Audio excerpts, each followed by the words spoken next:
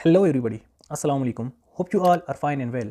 Today's topic is American political party system. America में जो political parties हैं mainly जो हैं Republican and Democratic, जो Democrats party है उनके बारे में हम देखेंगे कि ये कैसे वजूद में आई, ये स्टार्ट कैसे हुई, इनका पॉलिटिकल स्ट्रक्चर क्या है और कॉन्स्टिट्यूशन क्या कहते हैं इसके हवाले से। ठीक है जी, तो चलते हैं अपने टॉपिक की जानिब। American political party system. American political party system in US, to be a member of political party, a person requires to be registered as Democrat or Republican. ठीक है, किसी शख्स को या खातून को डेमोक्रेट या रिपब्लिकन पार्टी में रजिस्टर्ड होना पड़ेगा और and vote in their party primaries, और उस पार्टी की जो इंटरनल इलेक्शंस होंगे उनमें उसे वोट करना पड़ेगा। ठीक है जी, मतलब जैसे होता है आम डेमोक्रेटिक कंट्रीज़ में लोग पार्टी में रजिस्टर्ड तो हो जाते हैं, पार्टी के मेंबर्स होते हैं, मेंबर्स कहलाते हैं, और उसके बाद पार्टी में जो सेवरल इलेक्शंस हो रहे होते हैं इंटरनल, उनके लिए वो वोट भी करते हैं। ठीक है जी, characteristics of American political parties, उसकी जो खसूसियात हैं वो क्या है जी, देखते हैं। Extra constitutional growth. अमेरिकन जो पॉलिटिकल पार्टी सिस्टम है डेट इज़ एक्स्ट्रा कॉन्स्टिट्यूशनल, मतलब कॉन्स्टिट्यूशन में इनके लिए कोई जगह नहीं है। वो कैसे? In US they grow without constitutional recognition, जो उनका आइन है वो उन्हें रिकॉग्नाइज नहीं करता। वो कैसे? As fathers of American constitution oppose party system, जो फादर्स ऑफ अमेरिकन कॉन्स्टिट्यूशन थे उन्होंने अपोज किया था पार्टी सिस्टम के, they were against the party system. वो किसी किस्म की कोई डिवीजन नहीं चाहते थे मुल्क में, कि वो समझते थे कि पार्टीज़ आएंगी तो लोग उनकी तरफ अट्रैक्ट होंगे, जब वो अट्रैक्ट होंगे तो फिर इससे क्या होगा, एक तरह की फैक्शंस आएंगी मुल्क में। ठीक है जी, आगे देखते हैं आगे क्या है। हाँ जी, नेक्स्ट है जी, Madison at Philadelphia convention determine to create a system free from the violence of faction. ठीक है, एक ऐसा सिस्टम चाहते थे जिसमें फैक्शंस ना हो, फैक्शंस। ठीक है, तो वाशिंगटन आल्सो अपोज, वाशिंगटन जो थे, जॉर्ज वाशिंगटन जो कि अमेरिका के फोर फादर्स कहलाते हैं, सबसे बड़े लीडर थे, उन्होंने भी पार्टी सिस्टम को अपोज किया।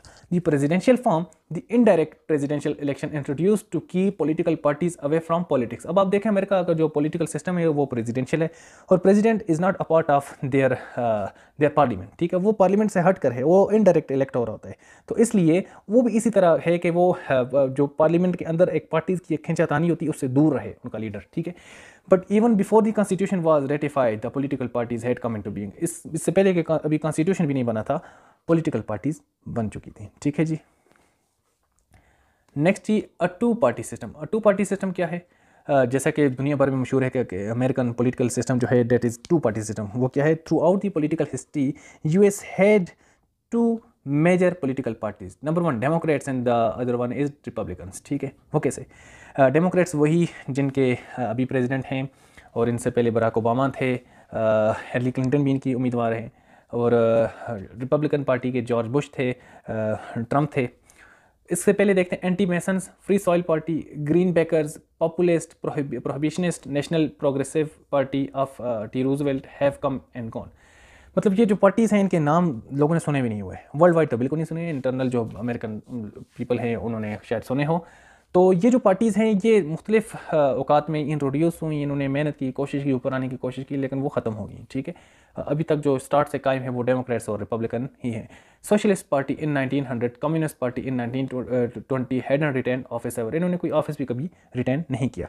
Third parties had roles of innovators of policy which was included by major parties. अब होता क्या था, ये जो नई पार्टीज़ हैं जारी बात इनके पास कोई आइडियोलॉजी होती है ना। ठीक है, ये कोई नया आइडिया लेकर आते हैं कि हम ये करेंगे, रिपब्लिकन्स भी ये नहीं कर पा रहे और डेमोक्रेट्स भी ये नहीं कर पा रहे, लिहाजा हम ये करेंगे, हमारे पास ये आइडिया है, ये हमारा विजन है। ठीक है, तो ये लेकर चलते थोड़े से मशहूर हो जाते किसी इलाके में, किसी स्टेट में, कुछ लोगों में, कम्युनिटीज़ में। तो जब इनको देखते तो जो बड़ी पार्टीज़ हैं उनके उन आइडियाज़ को अपनी जो पार्टी जो मैनिफेस्टोज होते हैं उनमें उन्हें एक्यूमुलेट कर लेते हैं। ठीक है, जब उन्हें एक्यूमुलेट कर लेते हैं तो फिर वो उनका आइडिया इन बड़ी पार्टी की सिस्टम का भी हिस्सा बन जाती है, इसलिए जो छोटी पार्टीज़ का जो इनोवेटिव आइडिया होता था उसका जोर टूट जाता था। ठीक है जी, आगे चलते हैं। आगे है जी, political parties as mass organisation. Political parties एक बड़ी ऑर्गेनाइजेशंस हैं यूएस में। During 1990s 40% voters identified themself democrats. ठीक है, 1990 की जो दहाई थी उसमें 40% जो वोटर्स थे वो अपने आप को क्या कहते थे? डेमोक्रेट्स। 30% रिपब्लिकन्स कहलाते थे और 30% इंडिपेंडेंट। और ये जो इंडिपेंडेंट हैं, इंडिपेंडेंट ख़ास तौर पर ये जो हैं यही वो वोटर्स हैं जो हर इलेक्शन में डिसीजन मेकर्स होते हैं। ठीक है, ये कभी एक तरफ जा रहे होते हैं, कभी दूसरी तरफ जा रहे होते हैं। आप दूसरी तरफ देखें, एक तरफ 30%, एक तरफ 40% है, तो वो 40% 30 पे आ जाता है, कभी 30-40 पे चला जाता है, just because of these independent voters. ठीक है जी, आगे देखते हैं, political parties can be viewed as mutual benefit societies. वो कैसे? In US portions there are more than 10,000 elective position.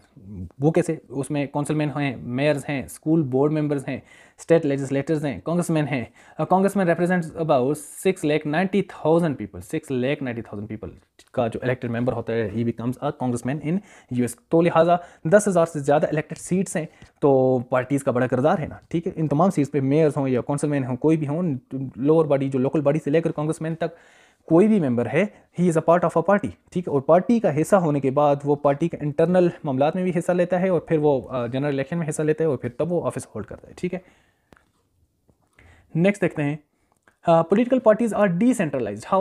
The greatest organizational strength is at local and country level. ठीक है, country level, local level को आप सादा अल्फाज में समझ लें कि लोकल बॉडीज़ का जो इलेक्शन होता है उसमें there are about 3,000 counties in US with most counties chairman dealing party affairs. ठीक है, ज़्यादातर जो हैं वो पार्टी अफेयर्स ही डील कर रहे होते हैं। Political parties are relatively non-ideological. वो कैसे जी?